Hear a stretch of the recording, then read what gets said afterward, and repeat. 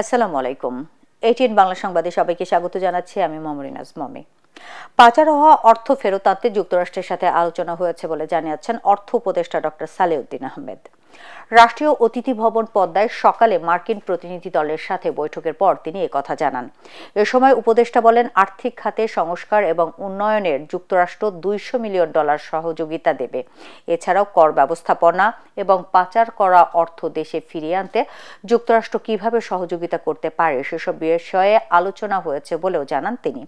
বৈঠক শেষে USAIDর সহকারী ব্যবস্থাপক অঞ্জলি কৌর বলেন, দীর্ঘদিনের বিশ্বস্ত উন্নয়ন সহযোগী হিসেবে বাংলাদেশের সুশাসন প্রতিষ্ঠা, স্থিতিশীল অর্থনৈতিক উন্নয়নে এই সহযোগিতা চুক্তি সই হয়েছে।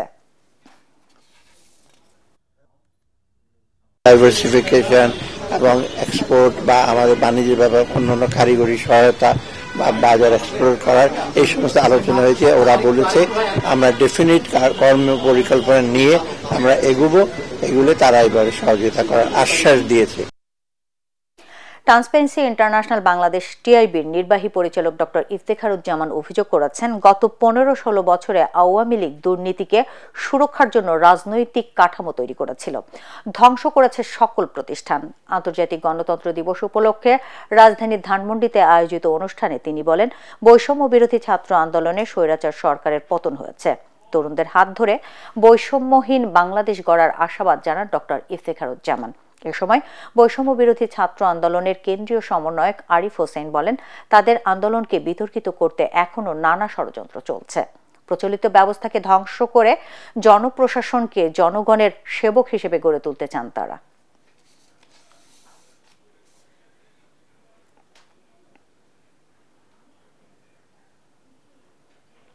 ছাত্র জনতার ওপর গুলিবর্ষণ ও হত্যার ঘটনায় রাজধানীর আদাবর থানায় করা মামলায় সাবেক জনপ্রশাসন মন্ত্রী ফরহাদ হোসেনের 7 দিনের রিমান্ড চেয়েছে পুলিশ।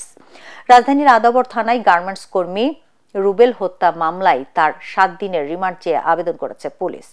মামলার তদন্তকারী কর্মকর্তা ও আদাবর থানার পরিদর্শক আব্দুল মালিক এই রিমান্ড আবেদন করেন। এ বিষয়ে দুপুরে ঢাকার মেট্রোপলিটন ম্যাজিস্ট্রেট আদালতে তার উপস্থিতিতে শুনানি হবে। এর আগে শনিবার দিবাগত রাতে রাজধানীর স্কার্টন এলাকা থেকে ফরহাদ হোসেনকে গ্রেফতার করে র্যাব। গত কয়েকদিনের শ্রমিক আন্দোলনে বন্ধ থাকা কারখানাগুলো আজ খুলে দেওয়া হয়েছে। আশুলিয়া, সাভার ও ধামরাইয়ে 1863টি শিল্প কারখানার মধ্যে 18টি অনির্দিষ্টকালের জন্য বন্ধ থাকলেও বাকি শিল্পাঞ্চলের সকল কারখানা খুলছে আজ। সকাল থেকে কর্মীরা কাজে যোগ দিয়েছেন। আশুলিয়া শিল্প পুলিশের পুলিশ সুপার মোহাম্মদ সারোয়ার আলম বলেন, সকল তৈরি পোশাক শিল্প প্রতিষ্ঠান স্বাভাবিকভাবে চলছে।